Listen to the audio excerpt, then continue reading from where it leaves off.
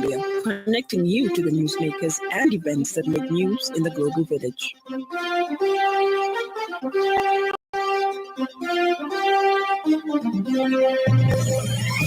Good evening. This is the 5FM Radio Main News. The headlines.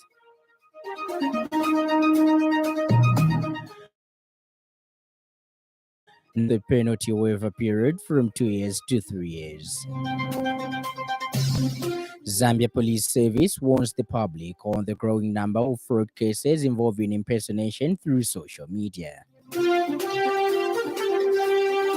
And Nvidia shares plunge amid $5.5 billion hit over export rules to China. This bulletin is also live on our Facebook and YouTube, 5FM Radio Zambia. With the details, my name is Lance Sannie. The National Pension Scheme Authority, NAPSA, has announced the extension of the penalty waiver period from 2 years to 3 years following the issuance of the National Pension Scheme Penalty Waiver Amendment Regulations Number 10 of 2025. NAPSA Head Corporate Affairs Kefa Sinyangwe says these regulations, issued by the Minister of Labor and Social Security Brenda Tambatamba, were first issued on 8th January 2024. Mr. Sinyangwe says the extension of the penalty waiver includes adjustments to the tenure for various categories of waiver penalties.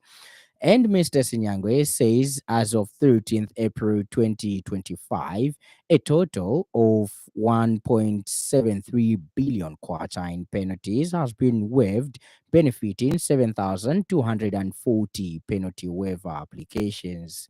He says this represents a significant milestone in the ongoing penalty waiver initiative, which commenced on 8th January 2025. Over 7,200 penalty waiver applications. This represents a significant milestone in the ongoing penalty waiver initiative, which commenced on January 8, 2024. The extension of the penalty waiver period is in response to the economic challenges faced by many businesses and employers, particularly following the drought and energy crisis of 2024, which strained cash flows and disrupted business operations across Zambia.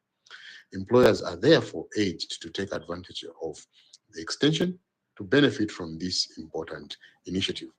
NAPSA remains committed to providing crucial support to contributing employers and ensuring that the National Pension Scheme continues to serve its intended purpose effectively. The Zambia Police Service has warned the public on the growing number of fraud cases involving impersonation through social media platforms such as WhatsApp and Facebook. Police Public Relations Officer Ray Hamonga says a concerning number of reports were recently recorded where unsuspecting individuals are defrauded of their money after receiving financial requests from what appear to be the accounts of friends, family members, or acquaintances.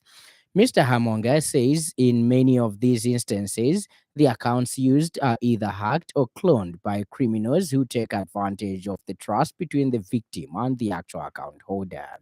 He has urged members of the public to exercise caution and due diligence by verifying the authenticity of any financial requests received through social media or messaging platforms. He says this can be done by directly contacting the supposed sender using alternative communication channels, such as a phone call or face-to-face interaction before making any transaction. Mr. Hamonga says these fraudulent schemes can easily be avoided if proper verification is made prior to sending money. He has appealed to the public not to rush into responding to emotional or urgent sounding messages, even if they appear to come from someone they know. Public to exercise caution and due diligence by verifying the authenticity of any financial request received through social media or messaging platforms. This can be done by directly contacting the supposed sender using alternative communication channels such as a phone call or face-to-face interaction before making any transaction. These fraudulent schemes can easily be avoided if proper verification is made prior to sending money. We appeal to the public not to rush into responding to emotional or urgent-sounding messages, even if they appear to come from someone they know. The Zambia Police Service remains committed to safeguarding members of the public from cyber-related crimes and will continue to investigate and track down perpetrators. Government has released over 43 million kwacha to clear 3 months salary arrears for Tanzania Zambia Railway Authority Tazara workers. On Monday this week, Minister of Transport and Logistics Frank Tayali had a meeting with Tazara management and union representatives, in which he urged employees who had gone on strike over arrears to get back to work. Mr. Tayali also assured them that government was deeply concerned about their plight and pledged to find money to pay them the remaining 3 months arrears. He said, as per the premise, the Ministry of Finance has released a total of 43,242,756 kwacha to settle the 3 months arrears. Mr. Tayali said the ministry was concerned about the welfare of Tazara workers and would not want any bottlenecks in service delivery. He said going forward, government wants to see grievances resolved amicably without any service disruption that would inconvenience travelers and free flow of goods to and from Tanzania. Action Aid Zambia ASAID has reaffirmed its commitment to democratic principles during a public debate on constitutional reforms held today under the motion, "Are the proposed constitutional reforms necessary to strengthen governance, democracy, and human rights?" Speaking at the event, Action Aid Zambia's head of programs and policy, Betha Kavengede, has stressed the importance of engaging in open and honest conversations around constitutional amendments, noting that such discussions are critical to shaping the nation's future. Ms. Kavengere has said that these are conversations Zambia need to be having, open, honest discussions about the kind of nation we want to build. What promises to be a thought-provoking and important debate on the proposed constitutional reforms in Zambia. This is the kind of conversation we need to be having, open, honest, and critical. These amendments will shape the future of Zambia, and we must ask ourselves, are they truly in the best interest of the people? Are they strengthening our democracy? Or could they be reinforcing power imbalances? At this point, information that indicates that this event has been supported by the Embassy of Sweden in Zambia. On the supporting side of the debate, Center for Young Leaders Africa SILA Executive Director Clement Kangwa has expressed agreement with the motion. He has argued that the proposed reforms are indeed necessary to enhance governance, democracy, and human rights. I do actually agree with the motion that the proposed constitutional reforms are necessary to strengthen governance, democracy, and human rights. We say so because among the proposals is that now we want to be able to cater exclusively for these marginalized groups that have been excluded for the longest period of time. So yes, we do agree, and we move the motion that constitutional reforms are necessary to strengthen governance, democracy, and human rights. Thank you.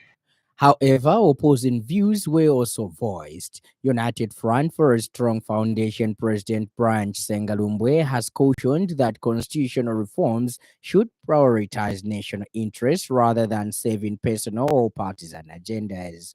Mr. Chisengalumbwe has stated that constitutional amendments must not be driven by individual or party interests.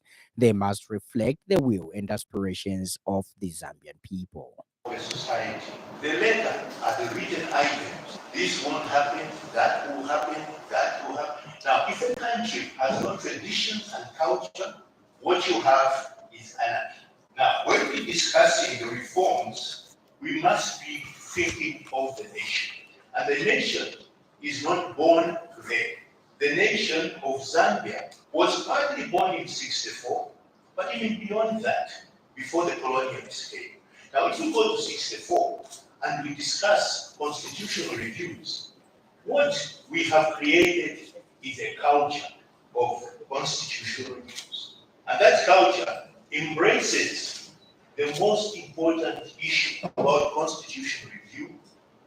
And in other news trending this evening,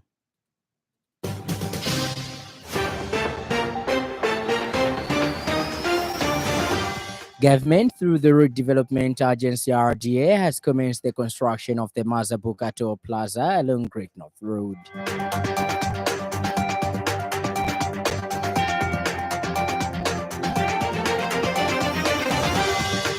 The Deputy General Secretary of the Organized Vendors and Traders Multipurpose Cooperative Society Limited, Kendrick Siame, has called on the Lusaka City Council to strengthen its collaboration with market traders and vendors in the ongoing efforts to keep the city clean and hygienic.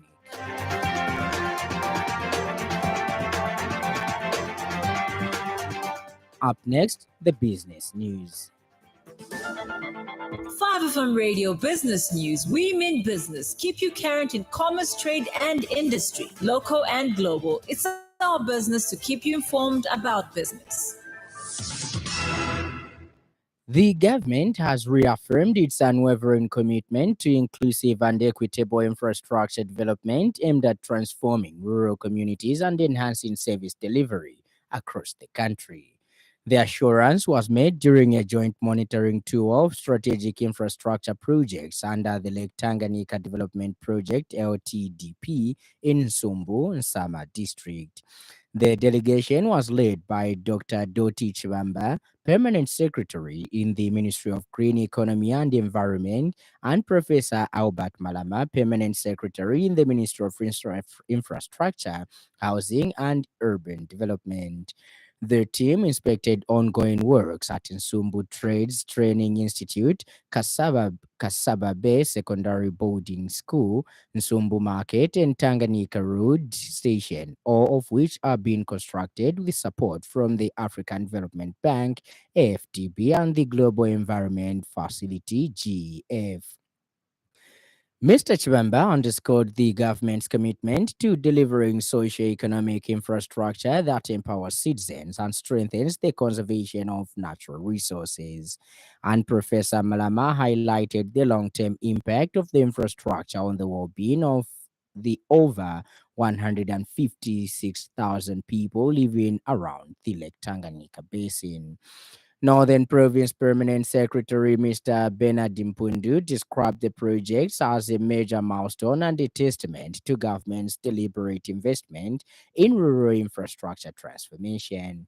Meanwhile, monitoring and evaluation specialist Mr. Richard Haloba praised the government for its integrated approach that aligns infrastructure with sustainability goals. Ends the business news. And in foreign news, shares in Nvidia plunged rather on Wednesday after the computer chip giant said it would be hit by 5.5 billion euros in cost due to the US government tightening its export rules to China. The firm, which has been at the heart of the artificial intelligence AI boom, will require licenses to export its H20 AI chip to China, which has been one of its most popular.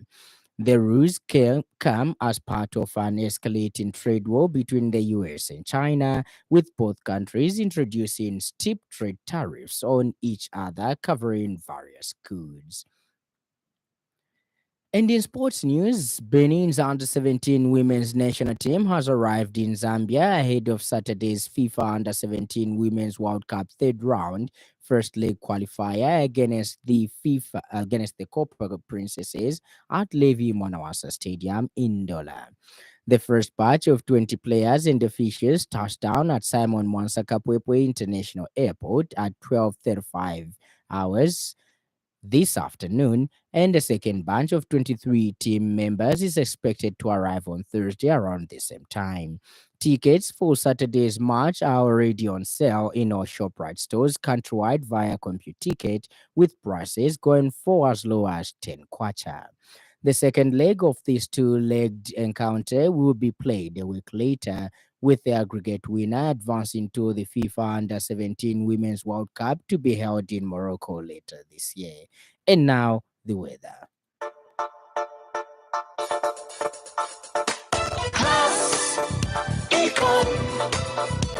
Class Econ Roofing Africa. Class Econ Roofing, plot 17100 off Katanga Road, 150 meters from Mumbwa Road, Chinika Industrial Area, Lusaka. Class Econ Roofing.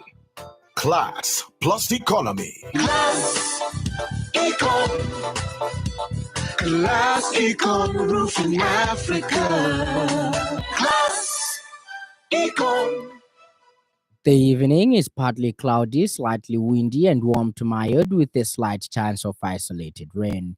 Ends our weather report, and that item brings us to the end of the news. But before we go, a recap of the stories that made headlines.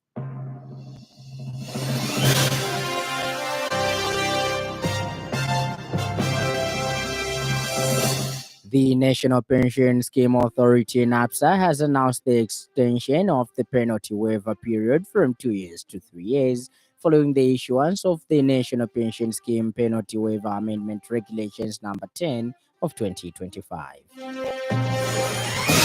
The Zambia Police Service has warned the public on the growing number of fraud cases involving impersonation through social media platforms such as WhatsApp and Facebook. And finally, shares in Nvidia plunged on Wednesday after the computer chip giant said it would be hit by 5.5 billion euros in cost due to the US government's tightening its export rules to China. For more news, follow us on Facebook and YouTube, 5FM Radio Zambia. On behalf of the entire news crew and the technical department, thank you for listening to the happy world of 5FM. Stay safe and stay tuned to 5FM Radio. My name is Lance Sannie. Enjoy the rest of the evening.